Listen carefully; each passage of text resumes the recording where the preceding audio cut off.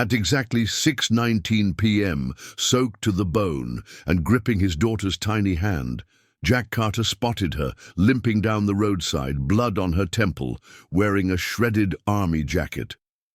"Hey, you need help," he called out over the rain. The woman barely lifted her head before collapsing. He didn't know her name, he didn't know her past, but what Jack did next, with barely $1 to his name, would change his entire life. Because 6 hours later, 10 black limousines blocked his street, and the truth? It nearly brought him to his knees. The rain wasn't just falling, it was hammering down like nature had a grudge. Jack Carter hunched his shoulders, pulling the thin jacket tighter around his 5-year-old daughter, Ellie. The wind cut through him like a knife. His boots squelched in the roadside mud as he guided her along the shoulder of the rural highway.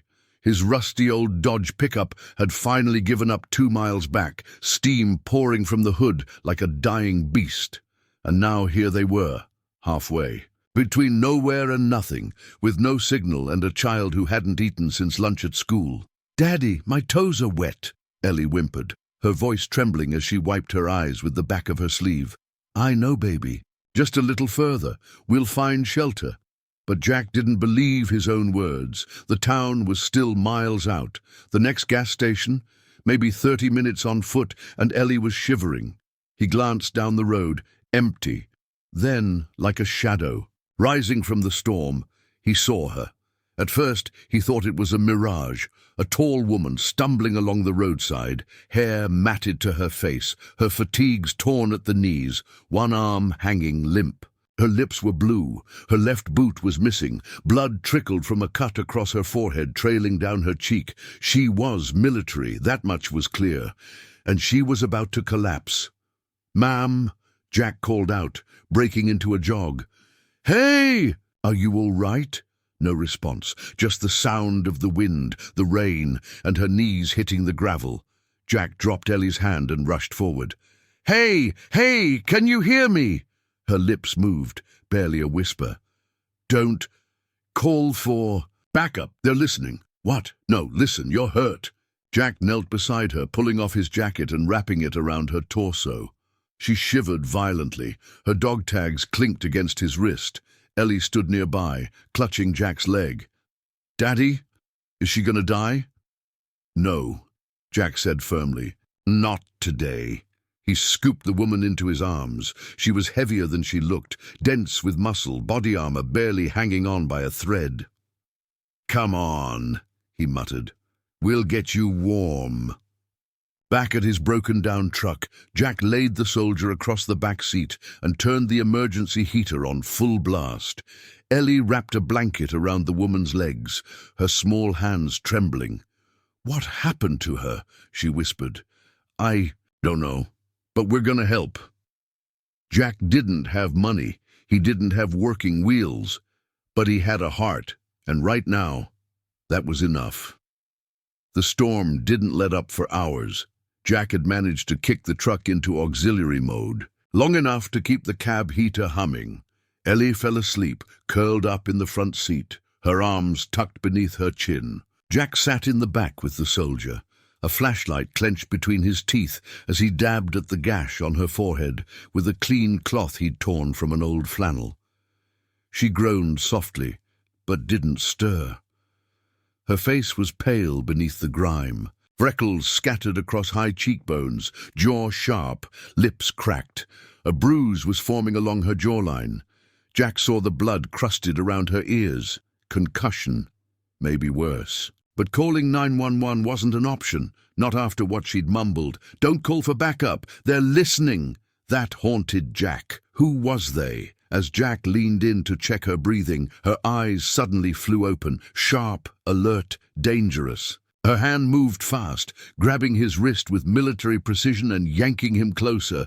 "Where am I?" Her voice was hoarse but strong. "In my truck," Jack said calmly. "Found you on Route 17, bleeding and barely standing." She stared hard at him, scanning his face for lies. Her grip relaxed just a little. "You got kids?" He nodded toward Ellie. "That's my daughter. She's 5. We live in that trailer park over by Sawmill Junction."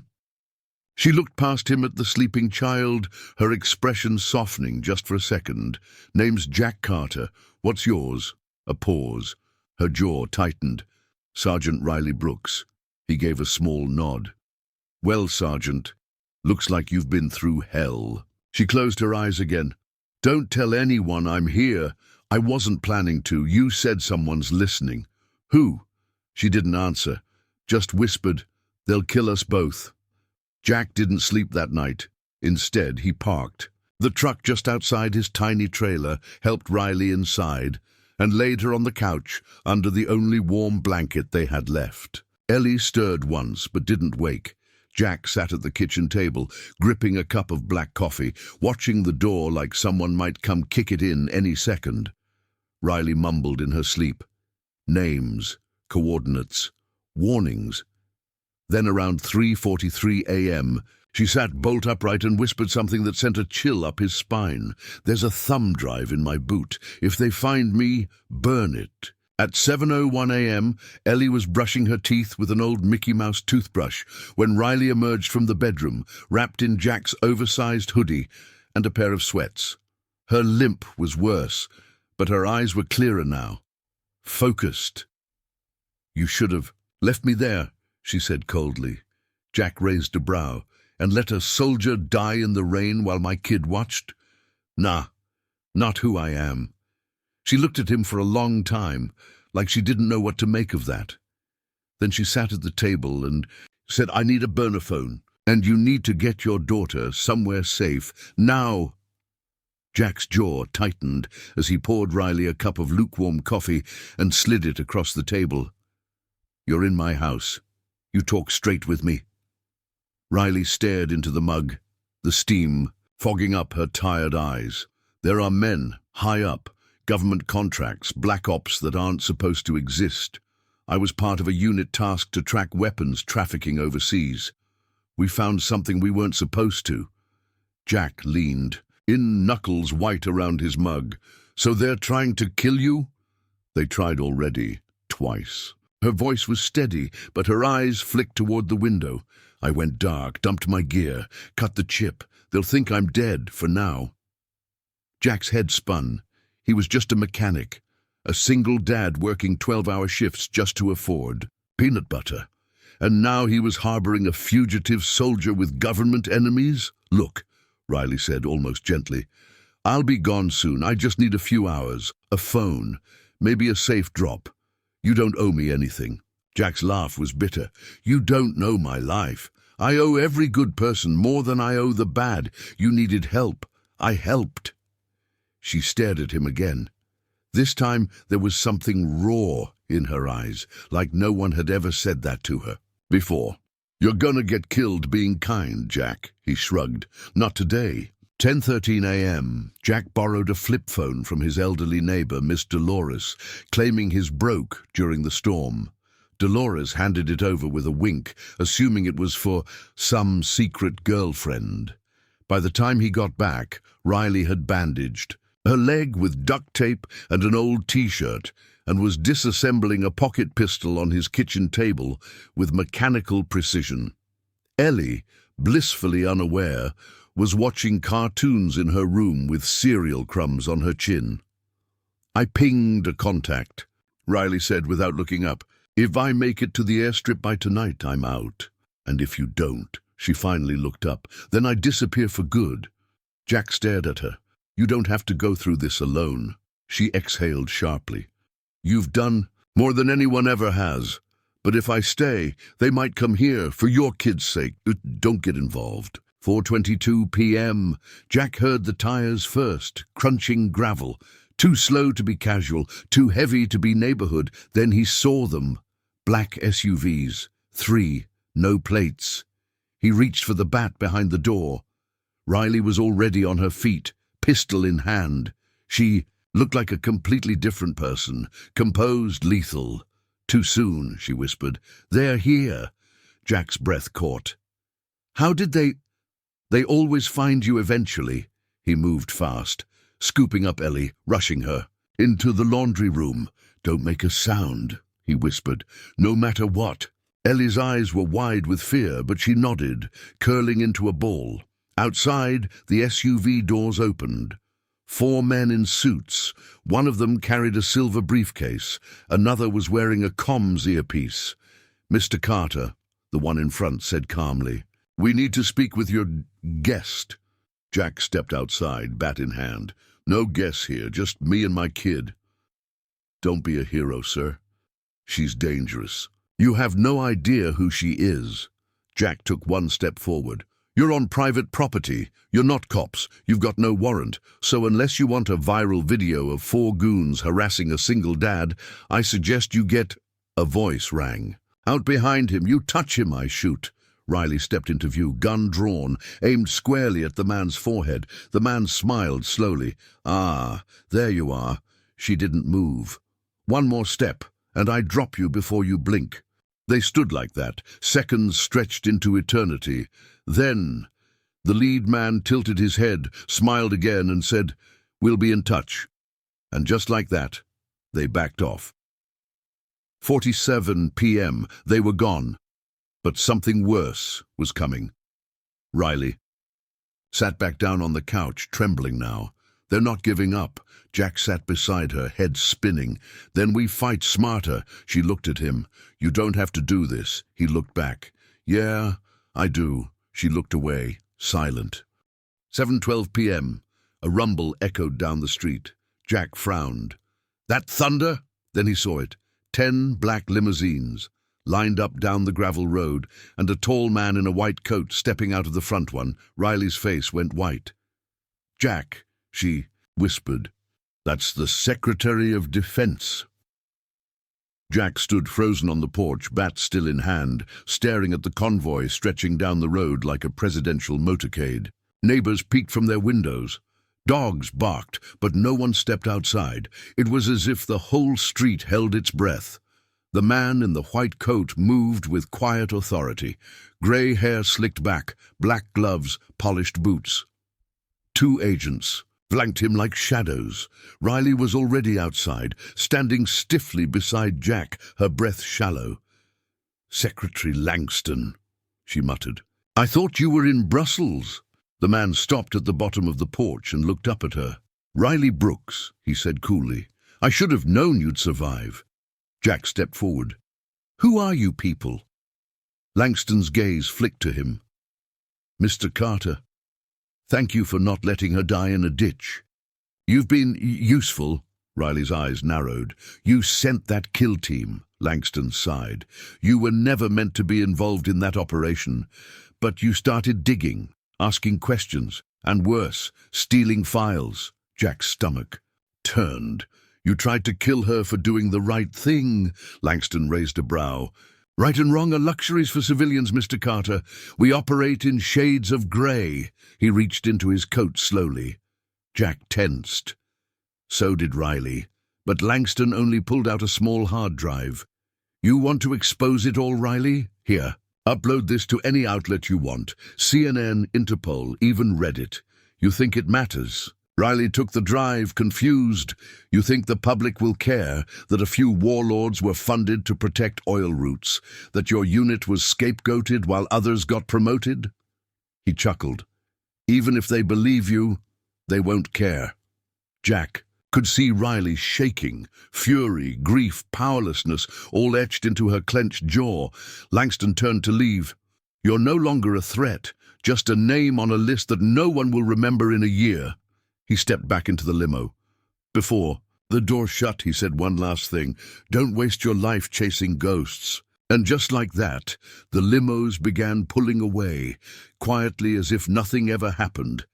Back inside, Riley sat motionless at Jack's kitchen table, the hard drive clenched in her fist. "Why now?" Jack asked softly. Riley didn't look up. "Because he wants me to disappear. Quietly. If I vanish, no scandal, no blood, no noise. It's cleaner." Ellie peeked around the hallway corner, rubbing her eyes. "Is it over?" Jack nodded. "Yeah, sweetheart, it's over." But it wasn't. The next morning, Riley was gone. No note, no sound, just the hard drive left on Jack's nightstand with one word scribbled on the paper beneath it. Use it. 3 weeks later, Jack sat in front of an old laptop in a library, using public Wi-Fi, uploading documents to a secure journalist contact Riley had written down. The files were horrifying.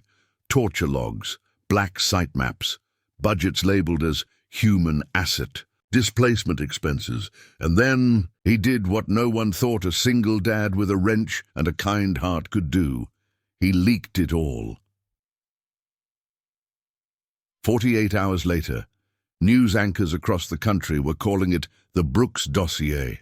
Congress launched investigations. The secretary resigned. But the man who started it all, he just picked up his daughter from school, changed her into pajamas, and made grilled cheese like any other day, until the knock came. At his front door stood a clean-cut man in uniform, chest full of ribbons. "Mr. Carter?" Jack stepped out, slowly. "Yeah, we'd like to offer you and your daughter full federal protection, and something else." Behind the officer, 2 limos waited quietly, and inside the first one was Riley, wearing dress blues, saluting him. Jack stood speechless, one hand on the doorknob, the other gripping Ellie's tiny shoulder as the uniformed officer stepped aside. And there she was, Riley Brooks, alive, clean, standing tall in her full formal uniform, decorated, composed, but with a softness in her eyes that hadn't been there before. She broke the salute the moment their eyes met. "Hey, grease monkey," she said with the faintest smirk. Jack let out a shaky breath. "I thought you were gone." "I was," she said, stepping forward. "Until I heard what you did." The officer cleared his throat respectfully. "Mr. Carter, because of your actions, a military cover-up of international scale was dismantled. You didn't just help a soldier, you helped stop a quiet war." Jack looked down at Ellie, who blinked up at Riley. "Are you a superhero?" Riley chuckled softly and bent down. "I don't know about that, kiddo, but your dad." "He might be." Jack gave a tight smile, still overwhelmed. "What now?" Riley stood, her expression growing serious. "They offered me reinstatement, and I refused." Jack blinked. "Wait, why?" "Because I have a better mission, one that needs no chain of command." She looked him in the eye. "And I was hoping you'd come with me." 6 months later. The small town of Evans Hollow had never seen anything like it. A new facility had opened on the edge of town, half garage, half veterans shelter. It had showers, bunks, food trucks parked daily, and most importantly, dignity, run by volunteers. Funded anonymously, Jack stood by the reception counter in his oil-stained shirt, watching a young vet walk in with a duffel and eyes full of shame. "You here to fix cars or fix yourself?" Jack asked gently. The man looked up, confused. "Both," Jack smiled. "Perfect. Right this way." Out back, Riley was teaching a group of young women how to break down an engine block. She wore jeans now, no uniform, no command badges, just grease under her nails and a new fire in her soul. This wasn't about revenge anymore, it was about purpose. Later that night, after locking up, Jack found Riley sitting on the old couch, in the break room, flipping through a folder. Inside were letters, some from soldiers, others from mums, teachers, kids, all saying the same thing. "Thank you for standing up when no one else did." Jack leaned on the doorway. "Told you people care." Riley looked up. "Yeah, because you made them." He walked over, sat beside her, their knees barely touching. "You gave me a reason to stop surviving and start living. You think I'd let you disappear?" She looked at him, eyes softer now. "You know, all my life I followed orders, took hits, buried friends. But the night you wrapped me in your coat instead of asking questions," she didn't finish. She didn't need to. Jack leaned in, voice low. "That wasn't bravery, that was love. Even if I didn't know it yet." She smiled, a real one. "This time. Guess I owe you a few dinners. I'll take you up on that, he grinned. As long as you're paying, government owes you a fat check. They both laughed, quiet, tired, full of peace.